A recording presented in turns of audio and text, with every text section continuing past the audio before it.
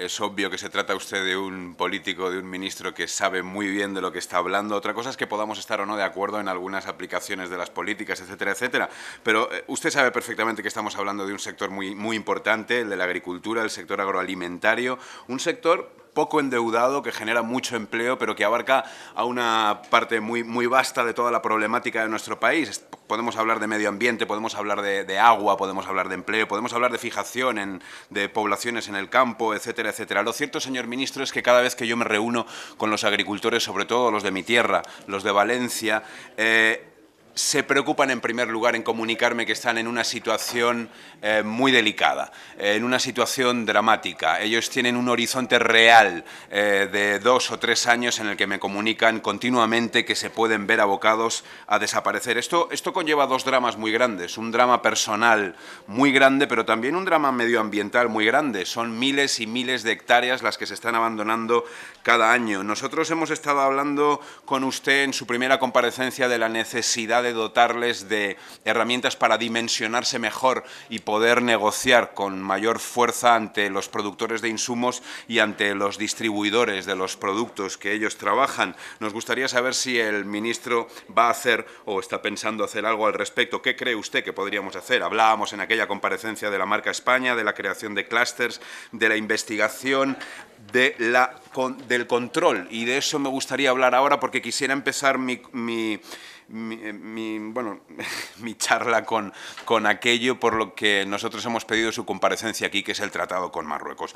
Uno tiene a veces la sensación, cuando se habla del tratado de Marruecos, que la horticultura española puede ser la víctima propiciatoria de los favores de la Unión Europea, de los favores que la Unión Europea quiere hacer a Marruecos, ¿no? Si son requeridos instrumentos de desarrollo que a través del comercio impulsen a nuestro vecino del sur, hágase, pero hágase con seriedad, incluyendo también un estudio serio, real, de los escenarios para la industria española que incorpore un plan de acción adecuado a cada escenario. Pero nosotros tenemos la sensación de que aquí nos encontramos con un gran problema, señor ministro, y es la inspección de aduanas, el control.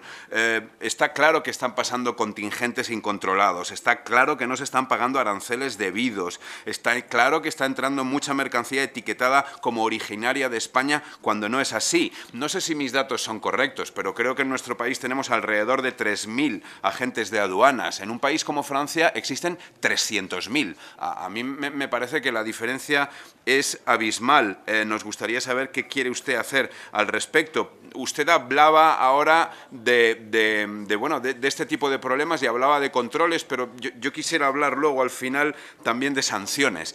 Usted ha dicho que no es así, pero es cierto, lo han dicho otros compañeros, han sido frecuentes las declaraciones de gente que incluso es de su partido al respecto. El presidente murciano Ramón Luis Valcárcel ha anunciado hoy que presentará en Bruselas una propuesta de resolución del acuerdo de asociación entre Unión Europea y Marruecos con obligaciones para que el acuerdo se cumpla con garantías. En particular hablaba él de estos mecanismos de vigilancia aduanera. La consejera de la Junta de Andalucía, Clara Aguilera, decía: vamos a denunciar todas las entradas de tomate irregular de Marruecos, incluidas las de Algeciras. La de Valencia, Maritina Hernández, decía que en relación con el incumplimiento de los acuerdos en materia de aranceles y cupos, también se han pronunciado en este sentido las asociaciones como Asaja, COAC. Miguel Ángel Blanco, por ejemplo, su portavoz, decía que el control del fraude en las aduanas es prácticamente inexistente y se ve favorecido por una normativa débil y hecha a medida de aquellos que quieren evadir el pago de tasas. En fin, son múltiples las denuncias que inciden en esta problemática. Nos gustaría saber qué es lo que va a hacer el Ministerio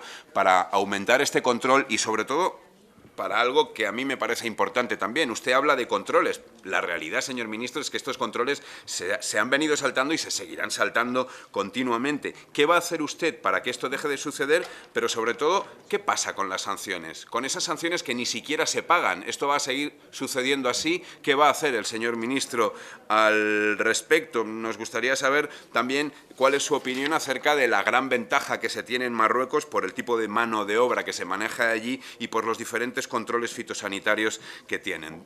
Esta sería un poco nuestra preocupación, que queríamos trasladar y conocer sus respuestas en torno al acuerdo de Marruecos. Yo luego me referiré rápidamente, porque no tengo mucho más tiempo, al resto de las cosas que se han citado aquí. En cuanto al sector lácteo, España, junto con Francia, fue uno de los países que más claramente se posicionó a favor de esos contratos aprobados obligatorios.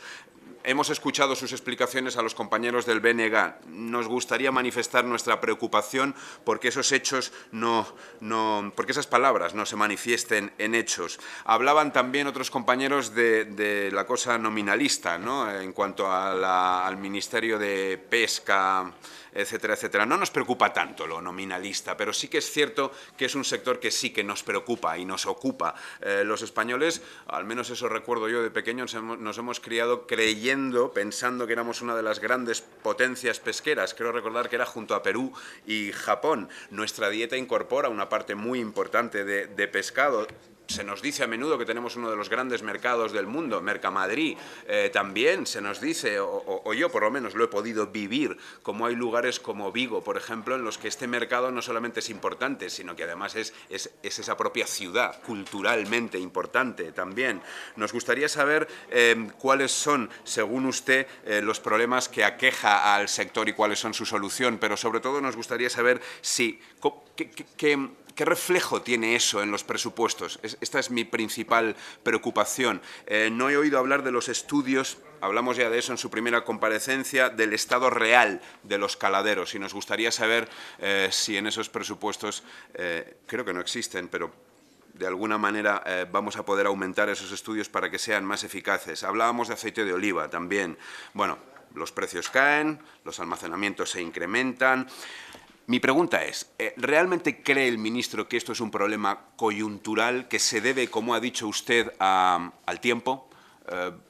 Yo tengo la sensación de que estamos hablando también de un problema estructural. Me gustaría saber su opinión al respecto y, si es así, cuáles son las medidas que cree el ministro se deben tomar al respecto. No quisiera oír hablar de la PAC y de las comunidades autónomas. Es algo que hemos oído hablar mucho en los anteriores responsables de su ministerio y nos parece que es una manera de escabullirse del tema. En cuanto al tomate canario, creo que la pregunta está incluida en todo lo que le he contado acerca del acuerdo con Marruecos. No me voy a alargar más al respecto. Acerca del nuevo Consejo Coordinador Agroalimentario, el proceso electoral de ámbito estatal. Bien, para nosotros esto es instrumental, entendemos la petición. Para nosotros lo sustantivo debería ser edad media de los agricultores españoles, fijación de población en comarcas agrarias, estrategia para crear un catálogo de bienes y servicios que permitan vivir dignamente del campo gracias a explotaciones modernas, dimensionadas y bien gestionadas que sacan su producción mediante productos con valor añadido gracias a empresas líderes. Eso para nosotros es lo importante, pero por supuesto entendemos que otros, defendiendo otros intereses, planteen esas prioridades. Luego iríamos a hablar de medio ambiente y energía. Ya sé, no me queda nada. Me preocupa que la PENUMA no cuente con recursos financieros estables, suficientes y predecibles. Me preocupa además que las amenazas sobre el medio ambiente deben combatirse a tiempo y con medios necesarios, y me preocupa la coordinación con las actividades regionales de las naciones, pero empezando también con España y las comunidades autónomas. Desarrollo sostenible del medio rural. Vuelvo a hablar de comunidades autónomas y me gustaría hacer una simple matización acerca del Parque Nacional de las Cumbres de la Sierra de Guadarrama, porque me parece un tema curioso saber si usted cree que se cumple con la propuesta del Plan Director de Parques Nacionales, y me gustaría hacer ya simplemente 3 anotaciones respecto al plan hidrográfico. No está explicado, señor ministro, realmente el retraso previsto por el Ministerio en la aprobación de estos planes para el 2013. Deberían explicarse las causas, que no son técnicas. Yo creo que son políticas, competenciales, y por tanto identificar claramente los problemas y enunciar claramente líneas de actuación. Creemos que deben recuperarse competencias del Estado en materia de aguas, en una primera fase a todas aquellas que constitucionalmente están adscritas al Estado por corresponder a cuencas intercomunitarias, y por último, y ya acabo, y gracias, señor presidente, debemos reclamar la visión futura de que las competencias en gestión de los recursos naturales como el agua vuelvan a ser competencia del Estado, para garantizar normas comunes y una gestión uniforme en todo territorio nacional. Yo creo que soy de los que ha experimentado lo que es la recuperación de una competencia, la recuperación del río Guadalquivir. Eso sí que requiere una comparecencia como la de la PAC, porque podría contar a sus señorías lo que ocurre cuando se recupera una competencia. cosas complicadas, pero no quiero yo hoy hablar de ese tema. Sí decir que lo que sí hemos querido recuperar es la policía sobre el dominio público hídrico. Nos parecía que tenía que tener una aplicación unitaria. Creo que tiene todo el sentido que toda la cuenca, que se recupere el principio de unidad de cuenca. Y se preocupaba el señor Cantó por el retraso en los planes hidrológicos de demarcación. Es porque se dio una mala interpretación de la Directiva Marco en materia de planificación hidrológica. Se han incluido muchos más temas que los exigidos por la Unión Europea. Nos hemos metido nosotros en muchos libros de caballería en lugar de ceñirnos a la normativa comunitaria para hacer los planes de demarcación que la Unión Europea nos exigía.